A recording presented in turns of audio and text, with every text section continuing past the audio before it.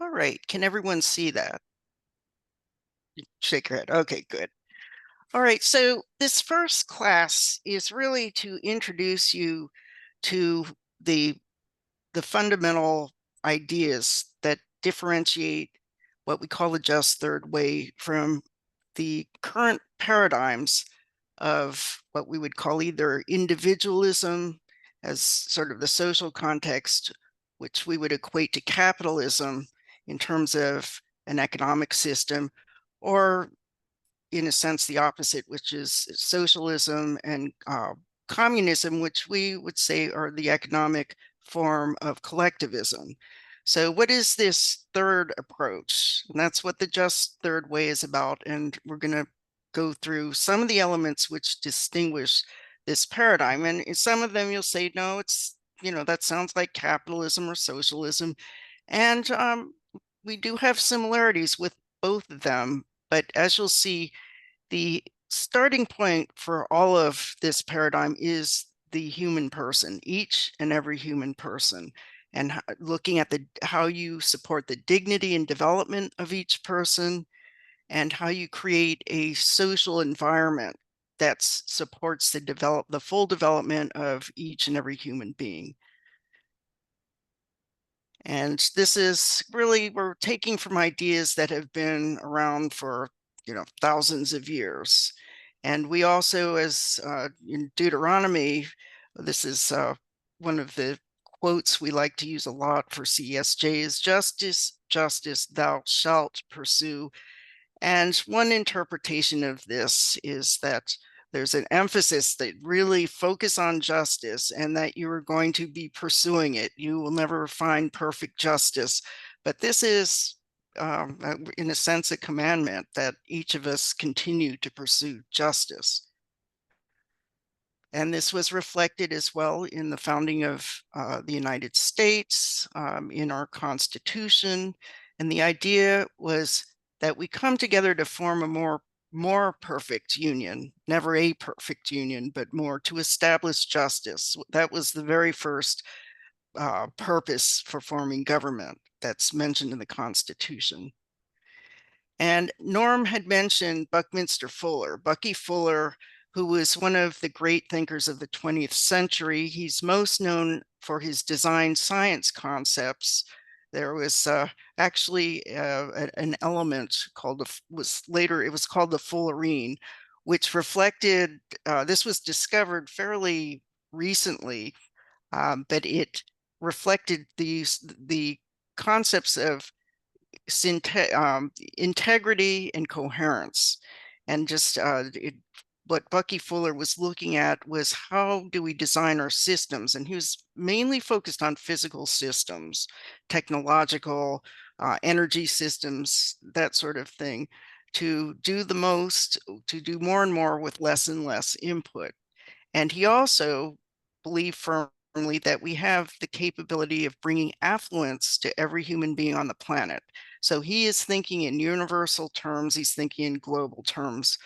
And so this is the challenge that CESJ has made our own, and that is to make the world work for 100% of humanity in the shortest possible time through spontaneous cooperation without ecological offense or the disadvantage of anyone. And that's a pretty tall order, but we believe it's achievable. And one of the markers, I would say, of the problem in the system and the direction that we have to move towards. And this was something that Kelso really clarified and articulated his system around this observation of the corporation as an important social tool and how it brings about the possibility of this affluence for every person, but also if it finances its growth in the wrong way, it will lead to concentrated ownership. And we'll get more into why that is so harmful. I think we all in this group feel it intuitively. But we looked at today, who owns today's corporation, and this is from 2012. It's even more concentrated, and it's really not just the top percent or even the top 1%. We're really looking at a fraction of 1% that owns and controls, the bulk of the capital ownership. We're looking at corporate equity, because we'll talk later about the importance of the corporation. But that's what we need to look at, not just mutual funds, but the shares in corporations. Then we want to look at how we move to a better system and outcome for every person. And that's looking into the future. Our system respects the property and the rights and the wealth of existing owners, but it's saying that every child and adult, whether you're rich or you're poor, should have equal opportunity in the future to become capital owners and to have access to the means to actually achieve that. Okay, so now we're going to go into some of the words that Norm brought up, but these will help you understand this body of ideas as a paradigm. So the first thing is, what does paradigm mean? And if you go through various dictionaries on the internet and in print, you'll see a variety of going from extremely general definitions to more specific. But the word itself was derived from a Greek verb, and I'm not even going to try and pronounce it here. And it originally means example or pattern. And it's been used, I guess the first usage was in the 15th century. So some of the, I think, most appropriate definitions in terms of understanding the just third way. The first is a framework containing the basic assumptions, ways of thinking, and methodology that are commonly accepted by members of a scientific community. And this, I believe, comes from the ideas of Thomas Kuhn, the structure of scientific revolutions, but it is a good illustration of economic paradigms or philosophical paradigms and how they can come into conflict and how you change paradigms and when they change. Another definition is a theory or group of ideas about how something should be done, made, or thought about. And so if we look at the problems with the economy, and that's underpins a lot of the other problems we face, and certainly poverty. And we see that even racism, the basis for that, or the fears that people have, which are reflected in racist beliefs and also racist patterns that get built into systems such as banking and lending and education and other fields. So this is not, we're not just dealing with racism by individuals towards other individuals. We're also talking about understanding systems and how certain, destructive ideas can start being built into our laws and our major institutions. So it's important for us to be aware of what are the underpinning ideas. So as I said before, the core of all these ideas, or the starting point of the just third way, is the person, the human person. And to define person is as that which has rights which are recognized by other persons and within the laws of society. And it's important then to understand that you have natural persons and you have artificial persons, and human beings are natural persons, and corporations, for example, are artificial persons. So it's very important to distinguish between the two. So we're really talking about the human person, which we recognize as a natural creation, presumed to be endowed with inherent human nature and dignity, endowed with inalienable rights and equal in natural rights to all other human persons. So this is going to say that, you can be the world's super genius and someone with an IQ of 50, but we all have the same inherent human nature and capacity to develop. That's whether that actually happens in reality is another matter, but we presume this is all inherent in being a human being.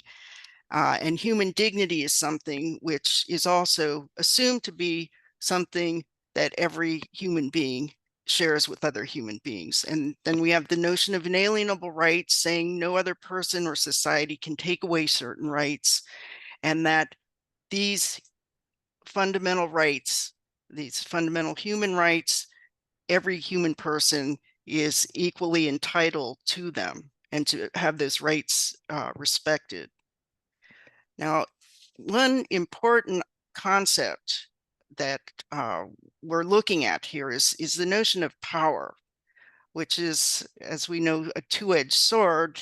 It's something that when it becomes concentrated, becomes extremely destructive. And it also leads to corruption of human beings and corruption of systems. So power is something, it's a very dangerous thing, but it's also an essential thing. And this is the balance that we try and strike within the just third way, is recognizing that each human being, in order to be free and develop, has to have power. So that's the capacity or ability to do something, to act in a certain way, and to direct or influence others, and to effect change. Magic Johnson said years ago when there were riots, I think in Los Angeles, that the problem is that, and these are his words to paraphrase, we as Black people don't own anything, and therefore we have no power. So he was recognizing the importance of ownership in terms of each person having power. Property, as Norm brought up earlier, and we're using the definition from Law and Economics, is not the thing you own. It's not the land, it's not the robots, it's not the corporate shares, it's the powers and the right of control over the things you own. So I would actually switch the order of these. It's the most important. It's the right of control over what a person owns. That includes possessing, excluding others, disposing or transferring, using, destroying, or injuring. And we can talk more about that. But the other, which is very important in terms of the economy and bringing about balance between production and consumption, and bringing about harmony within society and general, really universal access to affluence. This other right is specifically the right to enjoy the fruits, profits, products, or increase from what one owns. So these two, and Kelso would say property is essentially the right of control, and it has to be respected by others and protected by law. Now one of the things that would come up is when you talk about destroying or injuring, you're talking about your rights with respect to what you own. But another important point that Kelso says is that you cannot use this right, property rights, to harm others or their property or their things. So we would say that property, we're going to look at it in two different ways. One is that every human being has an inalienable right to become an owner and have access to the same institutions, social institutions that would enable each person to become an owner, especially of productive things that produce an income. So that is the absolute right of access to become an owner. The other part is where laws come in, and that's where you may need to place limits on how you exercise your property rights. So those are the limited and socially determined bundle of rights that define, how you use those rights, what constitutes legitimate use. And this is built into one of the few sort of global statements on human rights, Article 17. If you go to the UN Universal Declaration of Human Rights, it says everyone has the right to own property alone as well as in association with others. And the second part of that is no one shall be arbitrarily deprived of his property. So when we talk about the just third way, occasionally what comes to their mind is, oh, this sounds like socialism. And as we will get into later classes, there's a very distinct differentiation when you talk about property and you talk about whether it should be universally accessible, only accessible to a few, special individuals, or accessible to no one. That private property really is eliminated, and the rights of control are put into a governing body, usually the state or whoever's running a collective. So the next point that is really will help you see when an economist or a policymaker starts talking about money, and even when ordinary people talk about money, we really have to understand how Kelso is talking about money. There's certain definitions, and Mike Graney can enumerate all of them, which we wouldn't disagree with, but they miss the key element about money and how you can transform a social and economic system if you understand money in the way that we do. So we're going to start with Kelso's definition of money, that it's a yardstick for measuring economic input, economic outtake, and the relative values of the real goods and services of the economic world. So the key thing here is that idea of a yardstick, of a way of measuring value of all transactions in the economy. So we're moving away from this notion of money specifically being this paper that you go to a store and you use it, or a check, or other forms of, or gold, whatever you consider the different types of money or forms of money. That's not the essence. The essence is that is way of measuring value. So we want to keep that in mind. And money is very much tied in inextricably, actually, to the idea of credit. Money and credit are, in a sense, two sides of the same coin. One is where you may not, credit is, in a sense, what you're going to use in order to acquire things, and you're going to repay a loan in the form of money. That's one way of describing this, but they all are based on the notion of trust, promises and trust. If you don't trust that your money is legitimate, you have no basis then for using it as a means of exchange. And credit also is the expectation that whoever you loan money to is going to repay that loan. And if you don't have trust about someone's credit worthiness or their ability to repay, you probably aren't going to make a loan. So we also want to see that money and credit, particularly in the just third way, they are not commodities. In other words, unlike today, we shouldn't be buying and selling money and credit and making profits on these things, which should just be yardsticks. So if we can move away from that notion of money and credit as a commodity, then we can start to see that the real issue is producing real goods and services. And we also look at, one of the standard definitions of money is that it is a medium of exchange.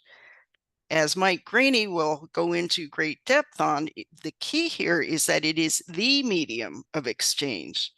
Anything that can be used to settle a debt, and that may be in the form of dollar bills, it may be in the form of promissory notes, it may be in many different forms, but the key thing is it's still just a symbol of value, way of measuring value. So it is, no matter what the form is, money in the just third way is the medium of exchange. And also, again, credit is a loan of money to be repaid. So we see the connection there. So if we're talking about transforming a system, we're talking about a new understanding of money, and also understanding new understanding of credit, and a focus on capital credit. Again, the moral basis of the just third way. Now I'm going to get into the components of the just third way. And this is where I mentioned earlier, one of the resources you can use just to remind yourself is the just third way on one hand, just third way paradigm. And you can find that on the website under, I think it's about or learn. It's in the learn section, and where you have definitions. So this is what we keep in mind when we're talking about any level of the just third way, including at the macro level, policies, or look at individual transactions. If this is violating the dignity of any person or creating barriers to empowerment of every person, then it's not legitimate under the just third way. We also want to look at the theory by which we understand balance and growth in the economy. And we can go back to Say's law of markets, and Mike also will go into this in more depth, what that really means. Most of us recognize it, the phrase that supply creates its own demand and demand creates its own supply. And I never understood that phrase at all. But what Kelso points out, and this is in his theory of binary economics, that in order to achieve balance between production and consumption, so you never have overproduction or over or under consumption or whatever imbalance, you have to make sure that each person has the means to produce both, either both through their labor, their capital ownership, or both together, so that those inputs, if we understand that properly, what goes into the production tells you what you're entitled to in terms of distribution. And it also says that as we produce new goods and services, we're also increasing income. What didn't exist before that you can use or you can exchange with someone else. So production equals income. And when you see that in it that way, then you can see, well, we better make sure that every person, and this includes someone born yet, today, how can an infant be productive? They certainly can't contribute their labor. So what is it they can contribute? And, not that they're going to be making decisions, but their property right, by their property right, they can contribute to production through the ownership of capital. And that produces the income that they are entitled to. So this is Kelso's understanding, or his concept of binary economics relates to Say's law. And another breakthrough that Kelso brought to the world, and this is important, it was not only this idea of economic justice that he developed with Mortimer Adler, it's really systematizing three principles, but it was in how we finance corporate growth, finance the production system, how we finance the creation of new goods and services.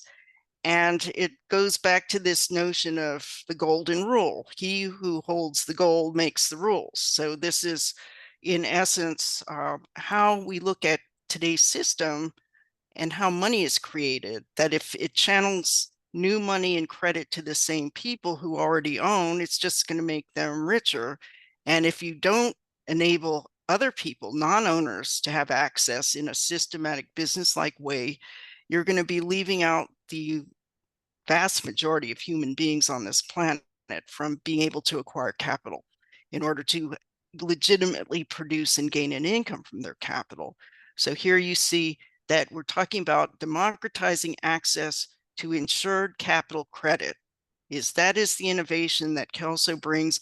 And then how you repay it is with the future profits of the capital you've just acquired. So that breaks the necessity of someone already being rich or having capital or money to begin with.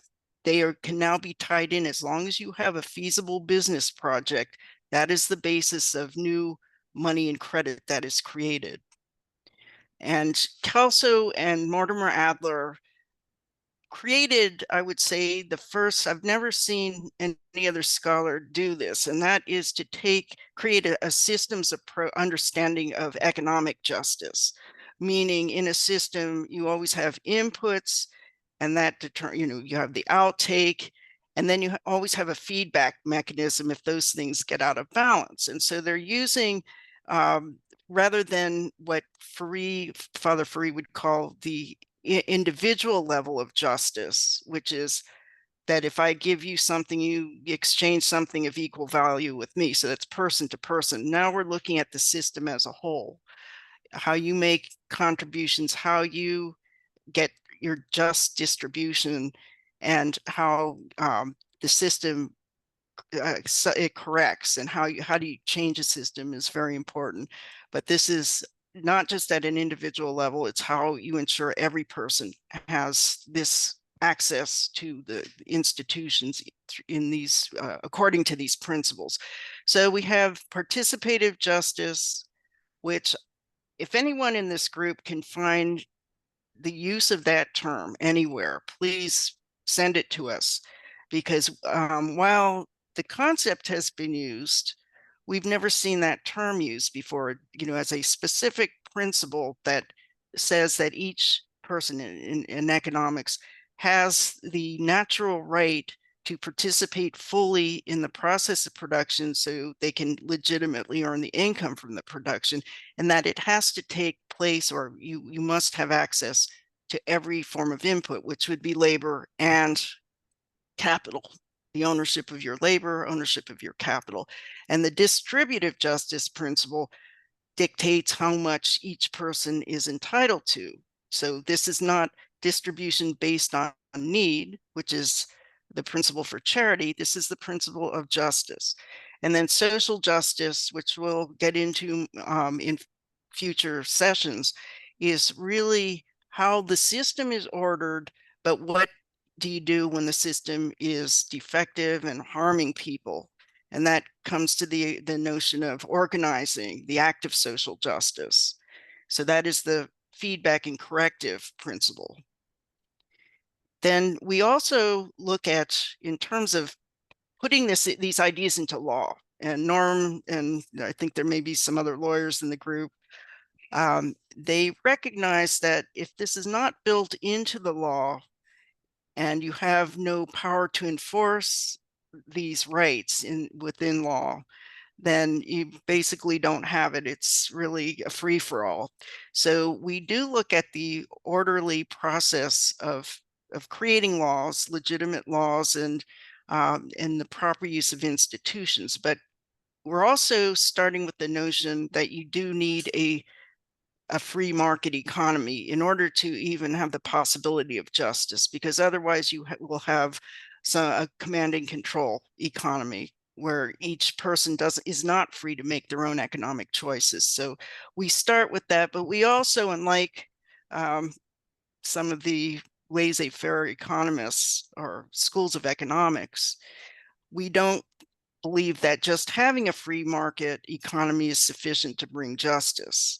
So you really need to be looking at how you ensure that everyone has equal access to participate. So in those four pillars, and I realize I'm going into great detail here, but we start with the new thing, which is the expanded capital ownership, that you must have a broad distribution of capital ownership. And when we say broad, we're talking about that every human person has the means and access to become an owner of capital, that there are no barriers to that. We also believe that economic power, must start in the hands of each human person, and not the government, not the collective, not the corporation, et cetera, the labor union, et cetera. It starts with each human person. We also believe that private property, as we understand it, that bundle of rights and powers over the things that we own, that is essential. If we don't have it as our own private property, then someone else has it, and they can exercise control over us. So that private property, as America's founders understood, is essential to freedom. And then again, in terms of economics and the production of goods and services and the legitimate distribution of the rewards, the free and open market system is essential for that, so that people have the freedom to make their choices and not be coerced. And it also requires that you have equal access to information about the things being exchanged, et cetera. So it's not, what is it, customer beware. No, there has to be a moral structure And if you design your systems of money and tax systems and other systems, you won't need constant new regulations. So we're not trying to build just regulations for the sake of regulations. But as Mike, as an accountant, a CPA, will tell you, if you build up proper internal controls, you're not going to have thousands of regulations. And we also will look more in later sessions on how do you take these ideas of equal access to money power and make them practical in order to make the economy work and to produce goods and services. How do you, for example, we know that energy systems are going to be essential. How do we ensure that the ownership of those systems is spread out in a democratic way and not concentrated? So we have these basic vehicles, and there can be many variations on them, but the maybe the most important in terms of change will be each person's capital ownership account. So that we also, in St. Louis, where we had a law passed in Missouri that can establish the world's first citizens land development cooperative. So this deals with how do you plan and develop land and infrastructure. Already existing in the law is the employee stock ownership plan and consumer stock ownership plans. It's interesting, I guess in Europe, they're looking at Kelso's concepts of consumer stock ownership plans, but much of that could be covered, both the ESOP and the CSOP, though that those forms of ownership can actually be done through the capital ownership account. And I'm not going to go into this. We will go through the actual steps in how you finance growth in a green way, in a sustainable and environmentally sound way, used by through the enactment of the Economic Democracy Act. So you'll see, we'll go over the role of commercial and cooperative banks, and most importantly, the role of the central bank. And in the United States, it's the 12 regional Federal Reserves. And in St. Louis, we're looking at the St. Louis Federal Reserve and also the Kansas City Federal Reserve, which is they both, I guess they're both in Missouri. So those will be key. And then how we deal with the problem of having collateral. If you get a loan, the lender's going to know what happens if you can't pay the loan back. Well, what can I take? That's a collateral. And that is a barrier to ownership that Kelso was able to overcome with the concept of capital credit insurance. So we'll go into the technicalities and the process in greater detail. And as we believe the time is now, it's critical. And that's why each of you is so important in this movement, this change of systems. We need to have people who are knowledgeable and articulate, spreading this idea as quickly and to every person, but to also to leaders. We have to surface leaders, as Norma said. And we know that we have an idea that is powerful, and it's an idea whose time has come. Thank you.